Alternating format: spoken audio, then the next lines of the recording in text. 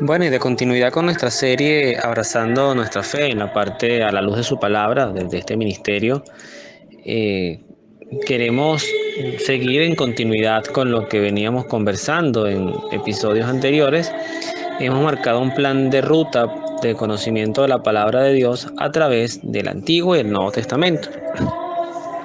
Hoy van a conseguirse, y a partir de este capítulo, el 72 ya para la gloria de Dios, vamos a conseguirnos una realidad que por un buen tiempito voy a estar un poco desprendido de los evangelios, no por mal, porque los evangelios son el centro de la Biblia y de nuestro propio mensaje de salvación, ya que nuestra fe es cristocéntrica.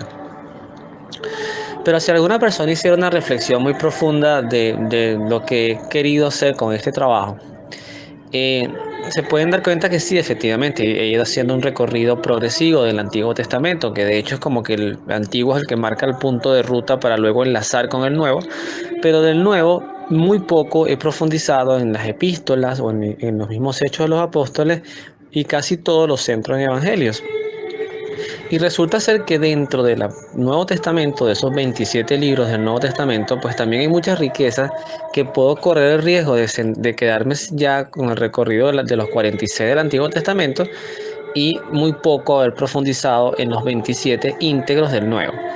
En ese punto, en esa línea, en ese sentido, voy a estar en estos capítulos, no digo cuántos, porque puede ser que en algún momento haya algo que diga, no, ya va, esto tengo que enlazarlo con un evangelio, pero puede ser que en algún momento me consiga con la necesidad de que por algún tiempo vamos a estar trabajando con epístolas de San Pablo, San Pedro, o algunos de los apóstoles que están referidos, de los autores que están referidos en el Nuevo Testamento, pues ya que San Pablo alberga prácticamente el 52-53% de todos los libros del Antiguo Testamento, incluyendo los Evangelios, ya que son 14 las cartas atribuidas a él.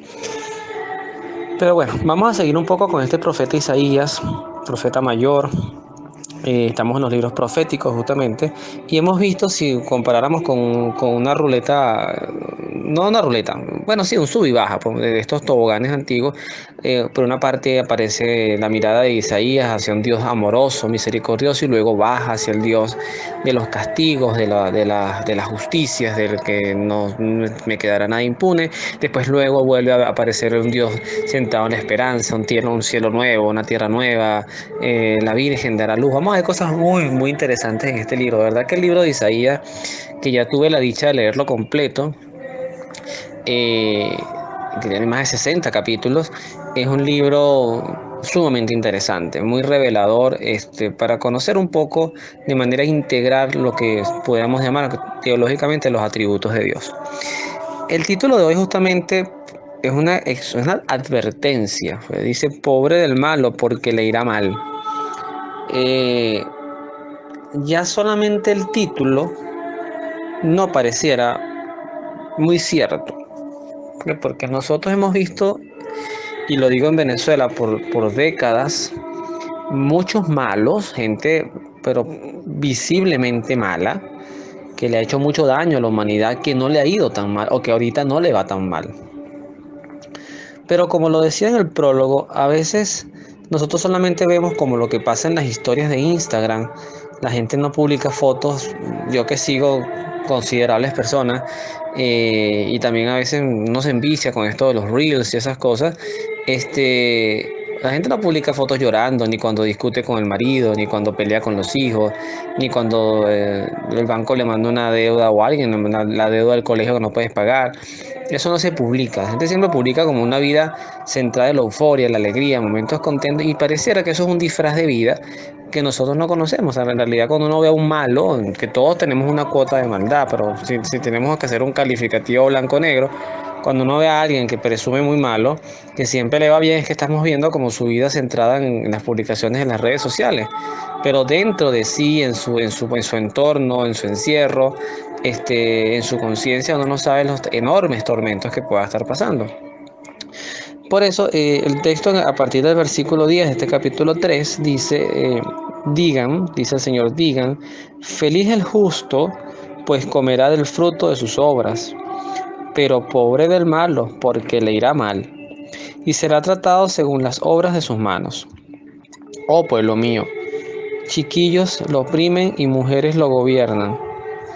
Oh pueblo mío, los que debían guiar tus pasos te hacen desviarte y echar a perder el camino que sigues. Yahvé se instala en su tribunal y se pone de pie para juzgar a su pueblo.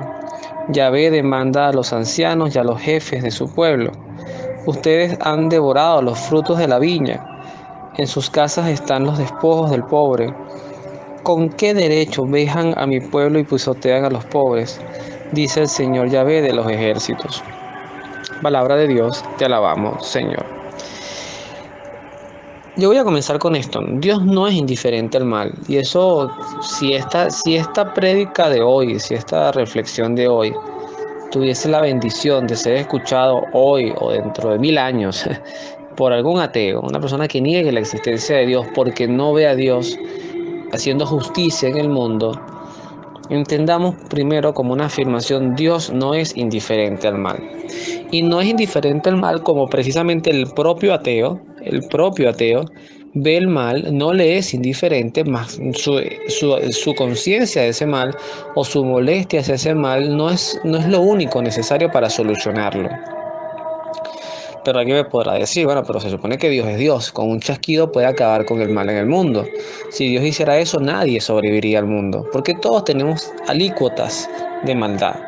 Todos tenemos alícuotas de haberle hecho daño a alguien, de haber robado a alguien, de haber insultado a alguien, de haber decepcionado a alguien. Entonces, el mal no se puede medir como un blanco o negro, aunque tenga cuotas de responsabilidad. Por ejemplo, el mal que pueda hacer un sacerdote o un educador o un político, que son males de magnitud social, por nombrar tres, pueden ser muchos más. O sea, lo que un predicador diga de un ambón o desde un confesionario, lo que un profesor haga desde un aula, o lo que un político deje de hacer o de gestionar o robe desde la gestión gubernamental, son daños sociales, tienen unas raíces muy poderosas y muy malignas, ¿ok? Pero eso no resta al daño que, por ejemplo, puede hacer el portero de una clínica o de un ministerio, que una persona que llegue urgida ante una necesidad le salga con 3 patadas, ni siquiera le deje entrar, ni siquiera tener autoridad para hacer eso, y lo que haga es transmitir más angustia y desesperación a alguien. Entonces, esto hay que tenerle mucho cuidado, y eso es lo que mira Dios, porque la mirada de Dios es una mirada justa, pero también una mirada paterna.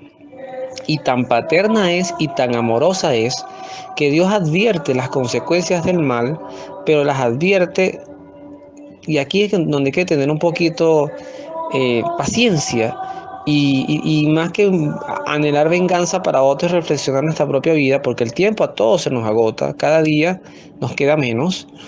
Es que ya acabada esta vida viene algo que es eterno, y ese algo que es eterno es lo que nos tiene a nosotros que tener conectados con una sensación de arrepentimiento, de conversión, de desear ser mejores, de desear superarnos, de desear transformar nuestras vidas antes de que el tiempo se agote, porque luego que acabe el tiempo de la misericordia, pues solamente quedará el tiempo del juicio, de recoger el fruto de nuestras obras.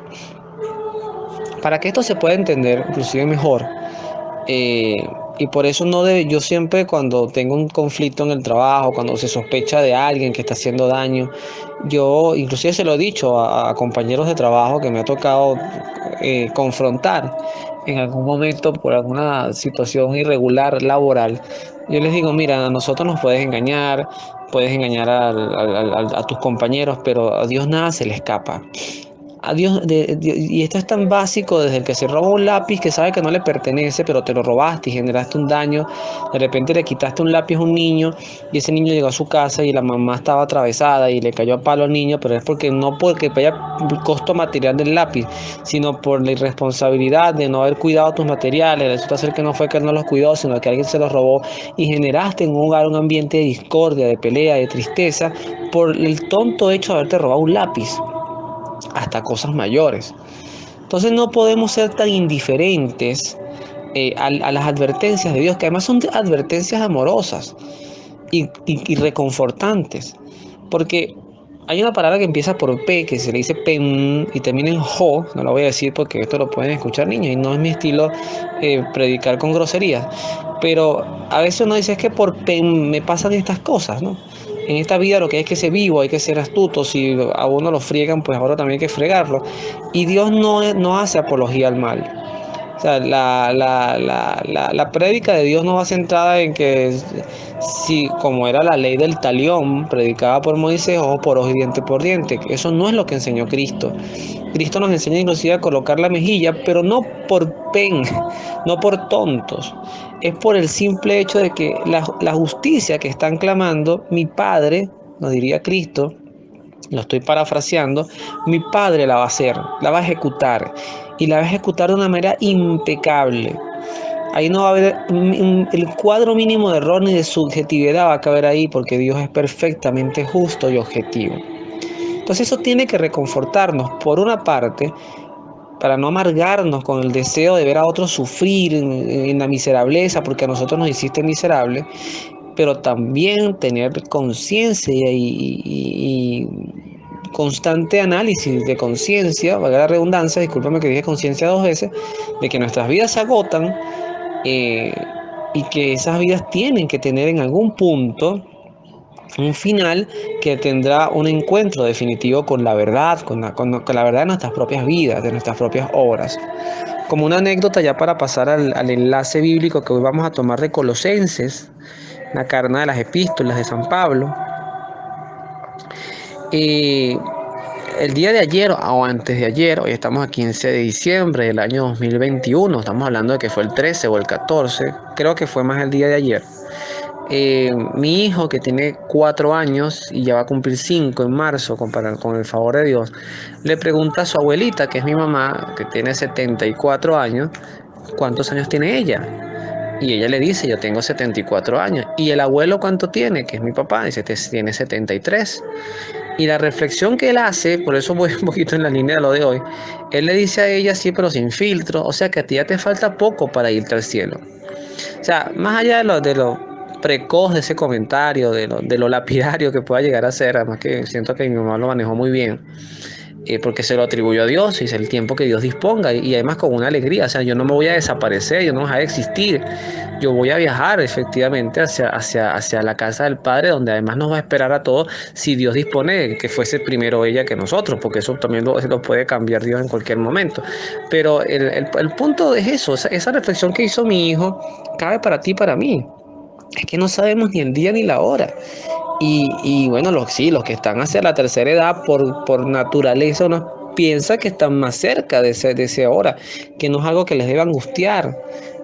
Claro, Luis, es fácil decirlo porque tú estás por los 40 y todavía te puede faltar 40 más, pero para llegar a la edad que tengo yo, me escucho con alguien que tengo 80 años, pero es que en efecto, cada día yo ahorita, cuando uno ya va entrando a una edad, donde sabes que te van a empezar a llegar dolencias, dificultades para ver, dificultades para hablar, para necesidades motrices, porque además yo no soy alguien que anda en fitness ni en gimnasio. Empiezas a reflexionar sobre esto, o sea, tu cuerpo ya está en una fase de decadencia, o sea, ya todo el desarrollo, crecimiento, ímpetu paró. De hecho, dicen que el desarrollo humano, cuando yo estudiaba psicología, eso decía, no sé si esa teoría habrá cambiado, pero el desarrollo humano se concretaba algo así como en los órganos, en el cuerpo hasta los 25 años. Y a partir de allí era en un término contable la depreciación de activos, de los órganos, de todo empieza a perder valor, porque empieza el desgaste natural de la vida. Ante lo que comento, para no extenderme tanto, discúlpeme que me fui un poquito por las ramas. En Colosenses 3, también capítulo 3, en el versículo 1 y hasta el versículo 8, San Pablo nos hace una exhortación muy en la línea de lo que nos diga Isaías, que el título dice, busquen las cosas de arriba. Y dirá San Pablo, si han sido resucitados con Cristo, busquen las cosas de arriba, donde Cristo está sentado a la derecha de Dios. Entonces no debemos olvidarlo. Esto debemos tenerlo presente. Nosotros no creemos en un Dios muerto, ni en un Dios del pasado. Creemos en un Dios triunfante que hoy ve desde el cielo el triunfo de su obra, que fue vencer el pecado y la muerte. Pero lo que Cristo no pudo vencer, porque depende de nuestro libre albedrío, es el pecado que hay en ti y el pecado que hay en mí. Él es la ambulancia, Él es el camino, Él es la verdad, Él es la vida, pero Él no nos va a salvar a la fuerza. Y nadie crea que está salvado a la fuerza porque ya Cristo pagó nuestras deudas, porque además eso me parece un comentario, discúlpeme lo que voy a decir, tan miserable. Ese es como el esposo que endeuda a la familia y después dice, tranquilo que mi esposa lo paga. Eso es una afirmación miserable, o viceversa. O un hijo que no le importa comprometer los activos de la familia porque consume droga, porque le gusta apostar. No, porque mi papá tiene con qué pagar. Eso es una afirmación, repito, miserable. Nosotros no podemos abusar del amor de Dios. Tenemos que ver en Cristo ese modelo y esa fuerza que te va a ayudar a ti y a mí a salir de nuestros pecados, de nuestras debilidades. Eso es otra cosa. Pero no es que ya estamos salvados por eso. ¿Ok? Cuidado con eso. Preocúpense por las cosas de arriba, dice San Pablo, no por las de la tierra, pues han muerto y su vida está ahora escondida con Cristo en Dios. Cuando se manifieste el que es nuestra vida, también ustedes se verán con Él en la gloria. Fíjense qué promesa tan bonita, ¿no? Qué promesa tan bonita. Por tanto, hagan morir en ustedes lo que es terrenal. Y además San Pablo hace unas citas de algunos ejemplos, es decir, libertinaje, impureza, pasión desordenada, malos deseos y el amor al dinero, que es una manera de servir a los ídolos. Tales cosas atraen los castigos de Dios. Esa palabra no le tengamos miedo. Dios sí castiga.